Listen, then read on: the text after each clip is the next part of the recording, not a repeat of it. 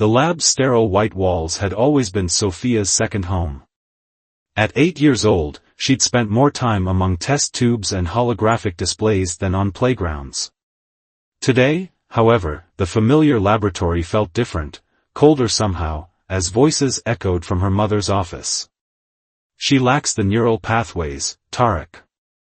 Her cerebrospinal fluid doesn't contain the quantum particles necessary for telepathic development. But given time won't change her fundamental composition. The male voice carried an otherworldly resonance, like two tones speaking at once. The council was right. Crossbreeding was a mistake. Young Sophia pressed herself against the wall, her small fingers trembling against the smooth surface. She'd always known she was different, her slightly violet-tinged eyes and the faint silvery patterns beneath her skin that appeared when she was upset. But she'd never met her father until today, when the imposing figure had arrived in a ship that seemed to bend light around its edges. "She's your daughter." Her mother's voice cracked. "Sophia is brilliant, her cognitive development is years beyond human children her age. By human standards, perhaps. But she will never develop phase shifting. Never access the neural network. Never progress beyond basic telekinetic abilities, if that. The offspring of our other research pairs show significantly more promise." Sophia felt each word like a physical blow. Research pairs. Not love. Not family. An experiment. "You knew the probabilities," the dual-toned voice continued. "Less than 8% chance of viable genetic integration. You insisted we proceed anyway." "Because I love you," Dr. Elaine Reeves whispered, almost too quiet for Sophia to hear. A pause followed, filled with nothing but the soft hum of laboratory equipment. "Sentiment," Tarek finally said, "another human weakness I had hoped might be educational to experience. I have my answer now."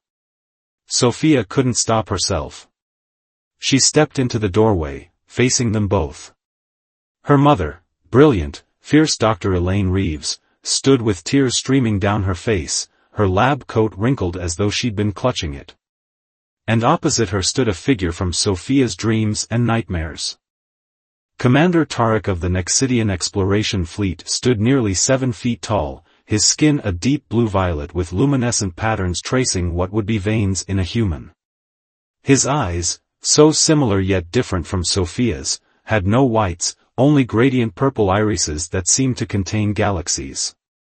"Is this her?" he asked, not looking directly at Sophia. "Yes," Dr. Reeves said, quickly wiping her tears. "Sophia, this is." "I know who he is," Sophia said quietly. "He's my father." Tarek's expression didn't change, but the luminescent patterns on his skin pulsed briefly. "Biologically, yes. But she will never be recognized by the Nexidian collective. She lacks too much of our essence."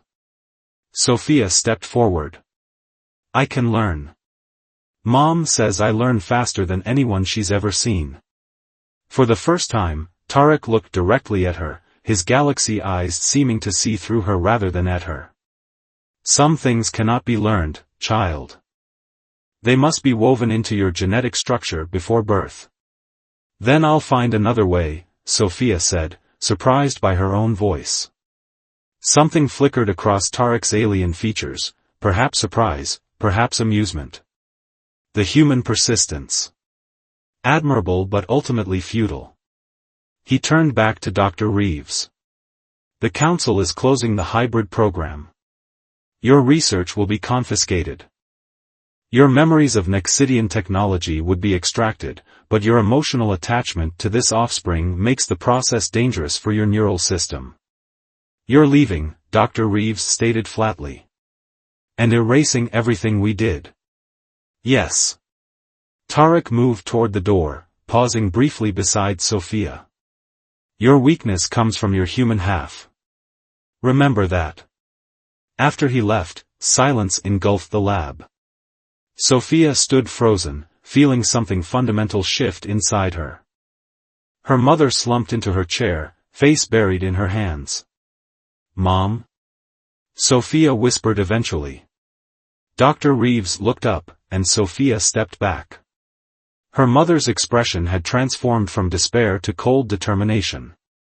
"He's wrong about you," she said, her voice steadier than Sophia had ever heard it. "And I'm going to prove it." That night, as her mother worked feverishly in the lab, salvaging and hiding what she could of the Nexidian research, Sophia stared at her reflection. Her almost human face stared back, the faint silver patterns beneath her skin more visible than ever before. "Weakness," she whispered to herself, watching the patterns pulse with her heartbeat. "We'll see." Dr. Elaine Reeves had always walked the line between brilliance and obsession, but after Commander Tarek's departure, that line disappeared entirely. The basement of their remote countryside home transformed into a laboratory that would have made her university colleagues recoil in horror. "Hold still, Sophia," Dr. Reeves murmured, inserting a needle into her daughter's arm with practiced precision. The silvery blue fluid inside the syringe glowed faintly as it entered Sophia's bloodstream. "This batch should stimulate the latent Nexidian neural pathways I've identified." Sophia, now 10 years old, bit her lip to prevent herself from crying out. 2 years of treatments had taught her that tears only prolonged the process. The burning sensation spread from her arm through her chest and up into her skull, where it settled into a familiar throbbing behind her eyes. "Good girl," her mother said, checking the monitors. "Your hypothalamus is responding better than last time. The modified quantum particles are distributing more evenly." From her position on the examination table, Sophia could see the wall of research notes and genetic diagrams. Her own DNA sequence, spliced and annotated with her mother's cramped handwriting, had become the centerpiece of their lives. Parts highlighted in red showed her human limitations. Parts in blue indicated Nexidian potential. With each treatment, more blue appeared on the charts. "Will I be able to do it today?" Sophia asked, and the burning subsided enough for her to speak. "The moving thing?" A ghost of a smile crossed Dr. Reeves' tired face. "Telekinesis. And yes, we should test again." She placed a small plastic cube on the table beside Sophia. "Remember, don't try to push it with your mind. Nexidians manipulate quantum probability fields, they shift reality itself." Sophia stared at the cube, focusing on the new sensation at the base of her skull, a humming, vibrating feeling that seemed to connect her to everything around her. She'd been trying for months, ever since her mother identified the first successful neural adaptations. "Picture the cube in motion," Dr. Reeves coached. "Don't force it. See the possibilities where it moves." Sophia's violet eyes narrowed. Her skin patterns glowed brighter beneath the surface as she concentrated. The cube trembled slightly, then slid a half-inch across the table. "Yes!" Dr. Reeves exclaimed, immediately turning to her computer to record the data. "That's significantly better than last week. The neurochemical catalyst is working." Sophia barely heard her mother's scientific excitement. She was too busy staring at her own hands in wonder. She had done it, moved something without touching it. A small victory against her father's dismissal. "How much stronger will I get?" she asked. Dar. Reeves paused her typing. "With continued treatments?" "Much stronger." "But Sophia." She hesitated, scientific detachment briefly giving way to maternal concern. "These procedures are experimental. Your body is adjusting remarkably well, but there will be pain." "I don't care," Sophia said firmly. "I want to be stronger than him." Her mother studied her for a long moment. "Then we'll need to accelerate the program.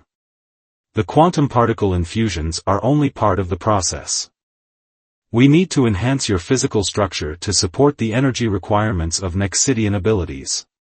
That night, as Sophia lay in bed, the burning in her veins kept her from sleep.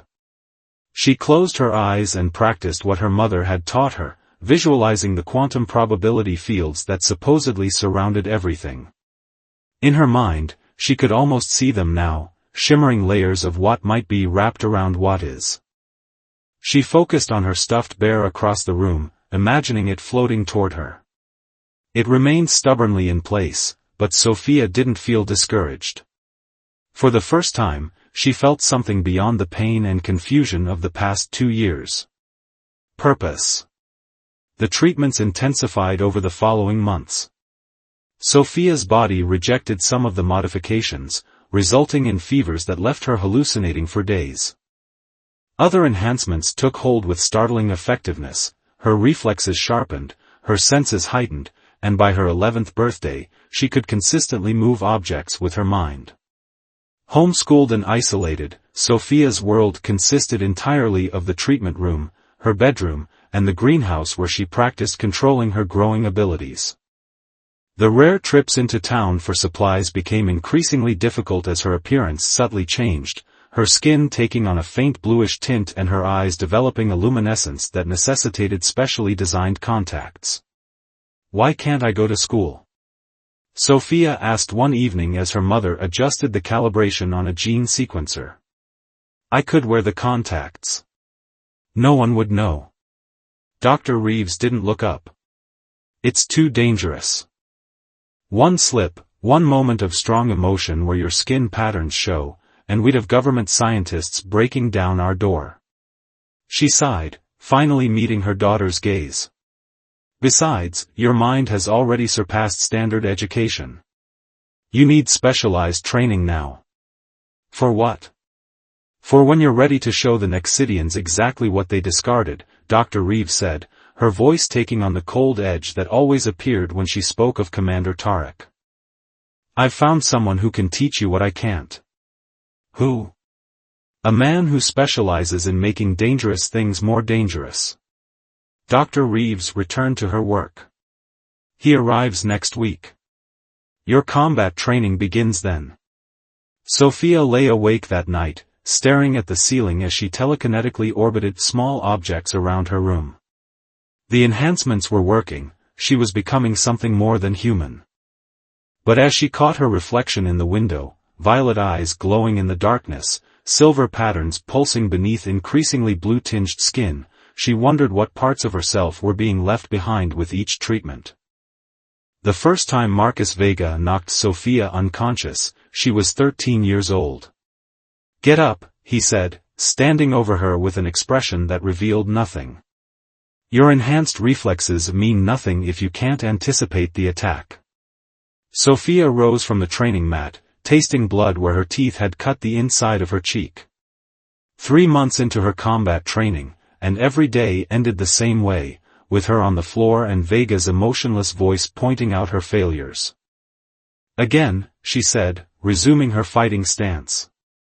A slight nod was his only acknowledgement before he moved, his body a blur despite being entirely human.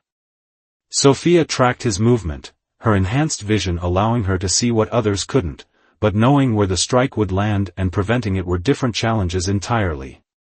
This time, she managed to deflect his first 2 attacks before a sweep of his leg sent her crashing down again. "Better," Vega said, offering his hand. "You're learning to see the patterns." From her observation window, Dr. Reeves watched the training with clinical interest, making notes on her tablet.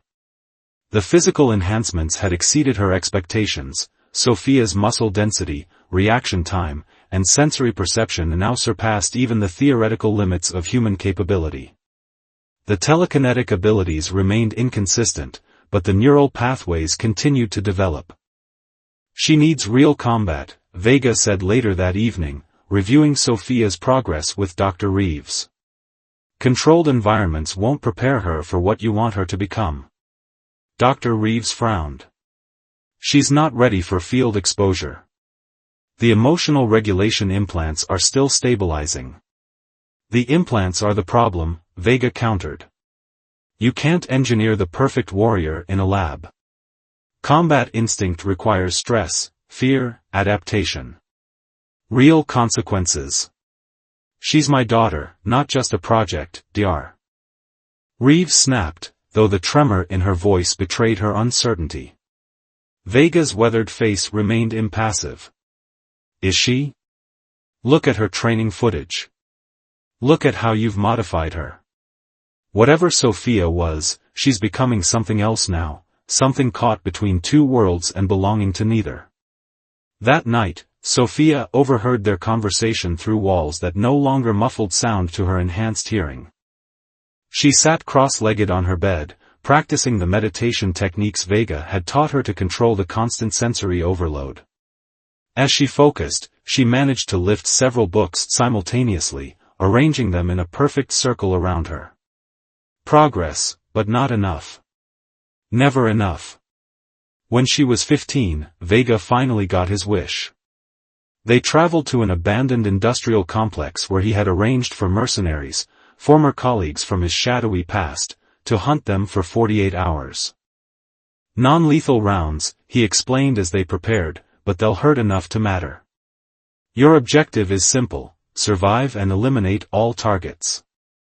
The fear that gripped Sophia was almost refreshing, a pure, uncomplicated emotion compared to the cocktail of enhancement drugs and neural stabilizers that regulated her system. Her skin patterns flared bright beneath her tactical gear. Use everything, Vega instructed. Physical abilities, telekinesis, environmental awareness. These men won't hold back because you're young. He was right. The first 12 hours taught Sophia more than months in the training facility. A bullet grazed her shoulder as she miscalculated a telekinetic deflection. A flashbang grenade temporarily overwhelmed her enhanced senses, leaving her vulnerable until her system compensated. Each failure brought pain, each success a moment of clarity. By the second day, something shifted in her consciousness. The quantum probability fields her mother had described became visible to her, shimmering overlays of potential outcomes surrounding each opponent. She began to anticipate movements before they happened, to feel the trajectories of bullets before they were fired. When she finally cornered the last mercenary, disarming him with a telekinetic wrench that shattered his wrist, Vega appeared at her side with the closest thing to approval she'd ever seen on his face. Now we can begin your real training, he said. The years blurred together after that. Progressively more dangerous missions. Increasingly complex enhancement procedures. Her mother's lab expanded with new equipment purchased through channels Sophia didn't question. The changes to her body became more pronounced, neural implants connecting directly to her cerebral cortex, muscle fiber reinforcements that allowed her to move with inhuman speed, retinal modifications that let her see across the electromagnetic spectrum. By her 18th birthday, Sophia could dismantle a military unit without weapons. By 19, her telekinetic abilities had evolved to manipulate objects weighing several hundred pounds. By 20, she could briefly phase-shift parts of her body, the supposedly impossible Nexidian ability her father had claimed she could never develop. Each achievement was documented meticulously by Dr. Reeves, each failure addressed with new procedures and compounds. Vega pushed her physical training to extremes that would kill an unenhanced human, then demanded more. You're becoming formidable, Vega told her on their final training day, nursing 3 broken ribs after their sparring session. But remember what drives you, or you'll become nothing but a weapon without purpose. Sophia stared at him, her luminescent violet eyes unblinking. Isn't that what Mother wanted? What you helped create? Your mother wanted to prove Tarek wrong, Vega said carefully.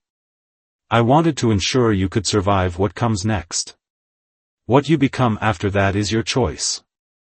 When Vega departed the next morning, Sophia stood beside her mother in the laboratory, studying the mission files projected on the screens around them. Detailed schematics of a Nexidian outpost. Security protocols. Personnel files. It's time, Dr. Reeves said, her once warm voice now as clinical as her laboratory. Are you ready to show your father exactly what he discarded? Sophia nodded, the silver patterns beneath her blue-tinged skin pulsing with the anticipation of finally fulfilling her purpose. The Nexidian outpost orbited a nameless moon in the Epsilon Eridani system, its crystalline architecture blending seamlessly with the natural formations of the lunar surface. From her position on the supply transport's loading dock, Sophia observed the structure through specially modified contact lenses that dampened the otherworldly glow of the Nexidian technology. Cargo supervisor requesting final manifest confirmation, came a voice through her earpiece. Dar. Reeves had spent years perfecting the vocal modulator that allowed Sophia to communicate with the aliens without revealing her hybrid nature. Transmitting now, she responded, her words automatically acquiring the dual-toned resonance of pure Nexidian speech. The forged credentials, embedded with fragments of her father's genetic signature, passed through the security scan without triggering alarms.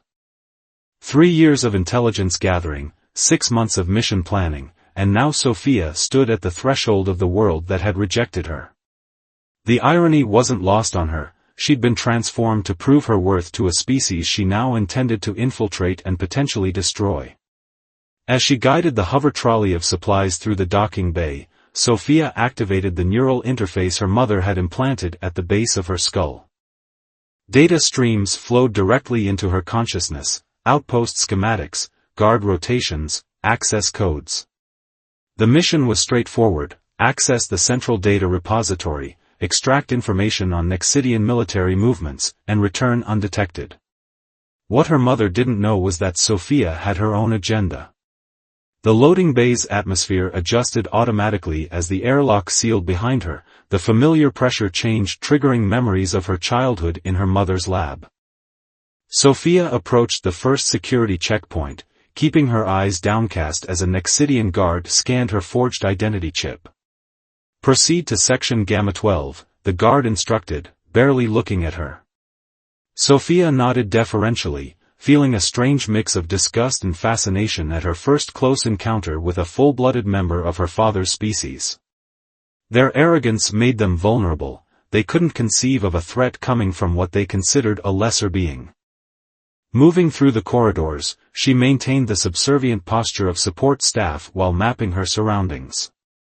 Her enhanced senses detected subtle energy fluctuations in the walls, security systems more advanced than anything in her briefing materials. She adjusted her route accordingly, using service passages to avoid the most heavily monitored sections. The central data node was located 3 levels below the outpost's command center, protected by quantum-locked barriers and constant surveillance. Sophia's plan relied on timing rather than force. The system performed a synchronization cycle every 6 hours, creating a 30-second window when the barriers weakened. Finding an unoccupied maintenance terminal, she connected the specialized device concealed among her tools. Her fingers moved with practiced precision, bypassing 3 layers of security protocols before reaching the system's inner architecture. The quantum computing algorithms her mother had developed specifically for this mission began their work, infiltrating the Nexidian network undetected.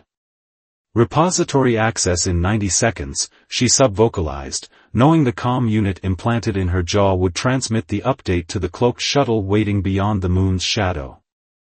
As the final firewall yielded, information flooded Sophia's neural interface: tactical deployments, diplomatic engagements, scientific research. She filtered through the data, extracting what her mother needed while searching for something personal, any reference to Commander Tarek or the hybrid program he had abandoned. That's when she found it: classified communications regarding Earth. Her enhanced mind processed the information almost instantly, recognizing patterns that revealed a disturbing truth. The Nexidians weren't merely observing humanity as she'd been told. They were assessing Earth's defenses, categorizing weaknesses, planning strategic resource extraction points. They were preparing for invasion. More troubling were the timestamps. These weren't contingency plans, this was an active operation in its final stages. The first strike was scheduled for less than 6 months away. As Sophia processed this revelation, an alert flashed through her neural interface. Security protocols were shifting, responding to an unexpected command center inspection. Her window for extraction was closing rapidly.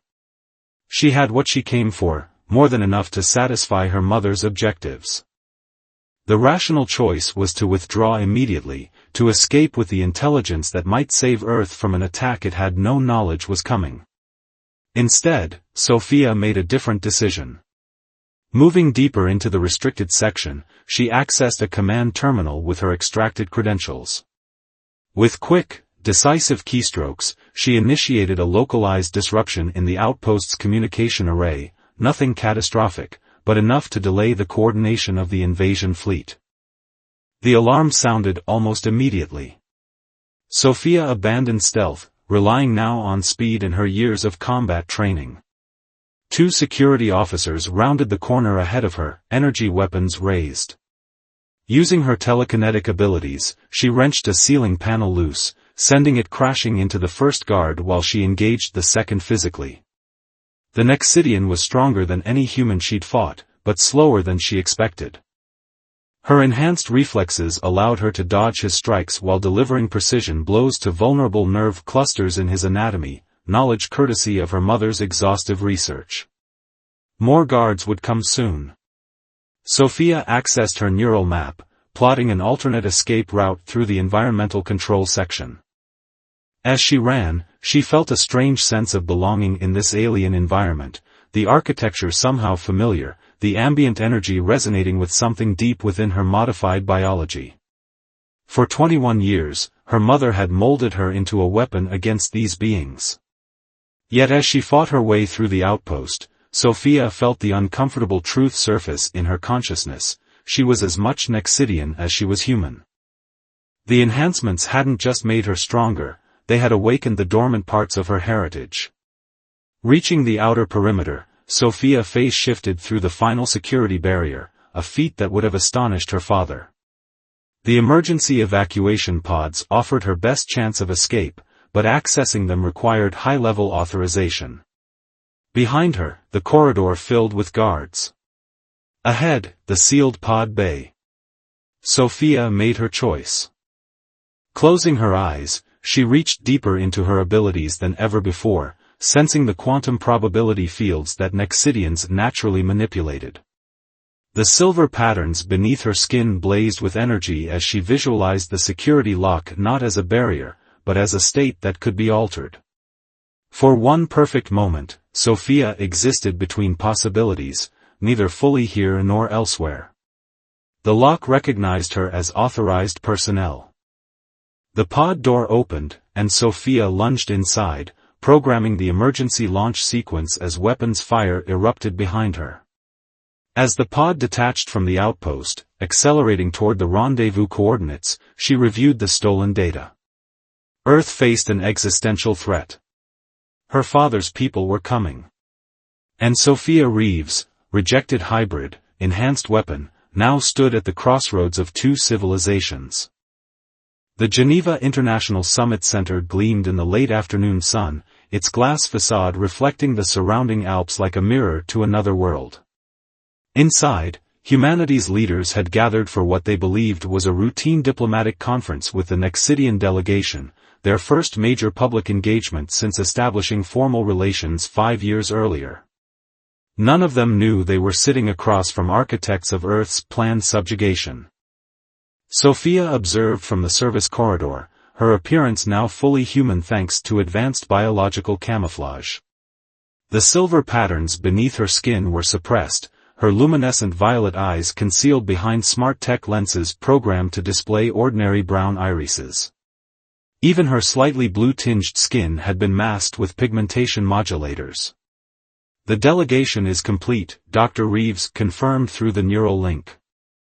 Commander Tarek is seated at the primary position, as intelligence suggested. Sophia didn't respond immediately. The 6 months since her infiltration of the Nexidian outpost had transformed her relationship with her mother. The discovery of the invasion plans had created an unexpected divide between them. Dr. Reeves saw it as vindication of her life's work, while Sophia found herself questioning everything. Security profile indicates 17 concealed energy weapons among the Nexidian contingent, Sophia finally replied. They're maintaining diplomatic protocol, but their positioning suggests preparation for hostile action. As we anticipated, Dr. Reeves said. Remember the mission parameters: public exposure of their intentions, followed by targeted neutralization of command-tier personnel. Targeted neutralization. The clinical terminology didn't disguise what her mother was asking her to do: assassinate her father and his colleagues in front of Earth's assembled leadership. The ultimate proof that the hybrid they had discarded had become their greatest threat. Initiating, Sophia acknowledged, her voice betraying none of the conflict raging within her. The service door yielded to her access code, allowing her to slip into the observer gallery above the main conference chamber.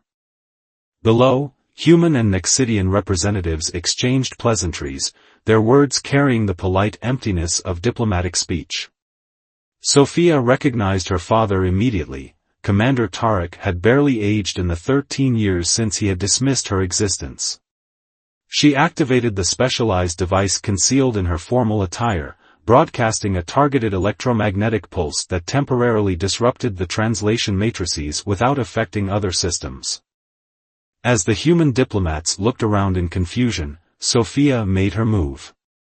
Stepping to the gallery railing, she addressed the chamber in flawless Nexidian speech, dual-toned resonance filling the room. Representatives of Earth, she began, her words automatically translating through the backup systems, you are not engaged in diplomacy. You are being assessed for conquest. The chamber erupted in shocked murmurs. Security personnel moved toward her position, but Sophia had anticipated this, using subtle telekinesis to jam the doors remotely. The delegation before you has coordinated fleet movements to key strategic positions around your solar system, she continued, projecting the classified data she had stolen onto the chamber's main display screens. Their resources are already being allocated for the occupation and exploitation of Earth. Commander Tarek stood, his galaxy eyes scanning the gallery until they locked with hers. Even through her camouflage, Sophia knew he saw something familiar, something that disturbed him deeply. This is an outrageous accusation, he stated, his authoritative voice calming the human representatives. Earth and the Nexidian collective have established peaceful relations based on mutual respect. Mutual respect? Sophia laughed, the sound carrying the bitter edge of 13 years of purpose-driven enhancement. Like the respect you showed to your hybrid research subjects when they failed to meet your genetic standards? She disabled her camouflage systems. The silver patterns beneath her increasingly blue skin flared brilliantly. Her eyes glowed with violet intensity as she vaulted over the railing, landing in the center of the chamber with inhuman grace. The humans gasped. The Nexidians drew back, recognition and impossibility warring in their expressions. You remember the hybrid program, Sophia said, addressing her father directly now. The offspring deemed too human to develop true Nexidian abilities. Too weak to be acknowledged. Understanding dawned on Commander Tarek's face. Impossible, he whispered, the first genuine emotion she had ever witnessed from him. The program was terminated. All subjects were documented as non-viable. Not all, Dr. Reeves said, emerging from a side entrance. Some were simply hidden from your arrogant dismissal. The planned revelation had arrived. This moment, Commander Tarek, confronted with the living proof of his error, had been the driving force behind every painful enhancement, every combat drill, every sacrifice of Sophia's humanity. This was her purpose, vengeance disguised as vindication. So why did it feel so hollow?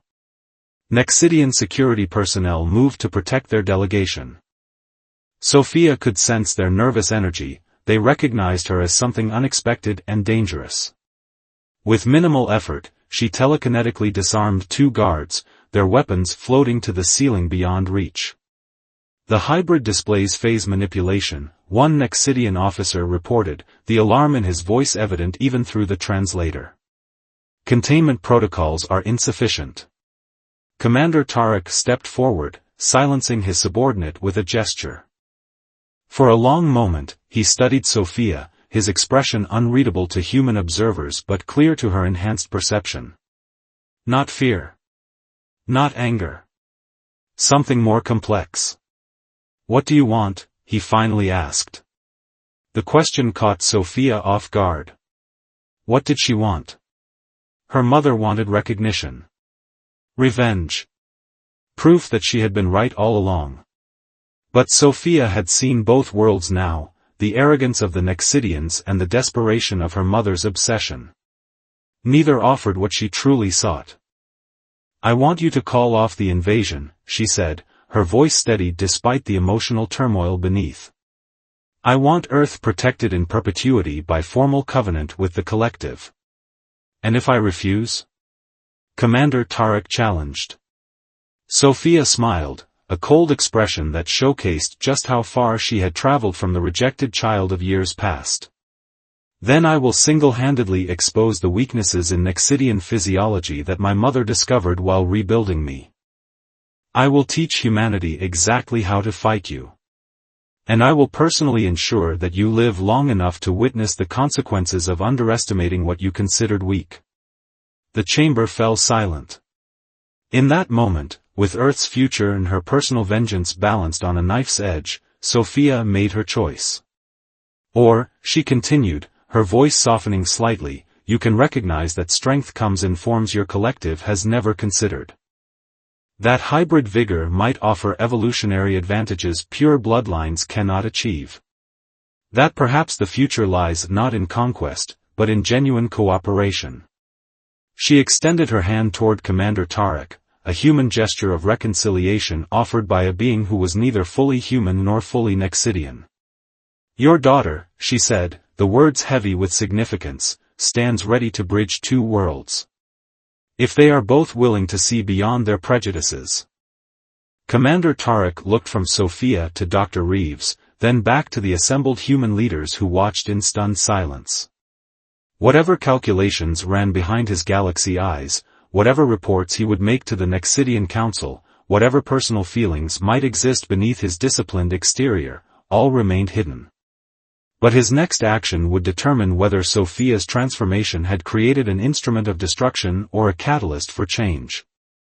As he slowly raised his hand to meet hers, Sophia realized that regardless of his choice, she had already found her answer. Between human and Nexidian, between weapon and diplomat, between vengeance and reconciliation, she had become something entirely new. Something neither world had anticipated. Something neither world could control.